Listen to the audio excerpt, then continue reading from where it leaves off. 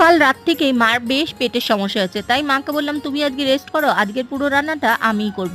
অন্যদিন যদিও মাই বেশি রান্নাটা করে, আমি রান্না করলেও এক দু পদই রান্না করি, আবার কোনো কোনো দিন তো করতেই হয় না। আজকে রান্না করব বেশি কিছু না, পুঁই শাকের তরকারি আর মার জন্য ফেনা ভাত করে দিয়েছি ওদিকে, আর এদিকে করব ডিমের ঝোল।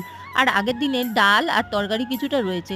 রান্নাগুলো কিছুটা বসিয়ে দিয়ে চলে এসেছি ছাদে জামা কাপড়গুলো তুলতে, কারণ আগের দিনের অনেকগুলো জামা কাপড় মেলা ছিল। এসে দেখি পুঁই শাকের তরকারিটা প্রায় হয়ে গেছে আর ওদিকে ডিমটাও সেদ্ধ হয়ে গেছে। তাড়াতাড়ি করে ডিমগুলোকে ছাড়িয়ে নিয়ে ডিমগুলোকে ভাজতে বসিয়ে দিয়ে টেবিল আর টেবিলের আশেপাশের জিনিসগুলোকেও একটু পরিষ্কার করে নিলাম। রেগুলার এগুলো পরিষ্কার না করলে ঠিকঠাক থাকে না। আর এদিকে রান্না করতে গিয়ে দেখি আবার টমেটো নেই। তাই আর কি করা যায়, টমেটো সস দিয়ে এই টমেটোর কাজ চালিয়ে নিলাম। তবে রান্নার কালারটা কিন্তু বেশ ভালোই এসছে। তারপর রান্না হয়ে যাওয়ার পর রান্নাঘরের যে পরিষ্কারের কাজটা থাকে সেটাও করে নিয়ে সোজা ঘরে গিয়ে বিছনাপাটি পরিষ্কার করে একগাদা জামাকাপড় বসে বসে ভাঁজ করলাম। আর তারপর বসে পড়লাম দুপুরের খাবারের মেনু নিয়ে। চলো আজকের ভিডিওটা এই পর্যন্ত।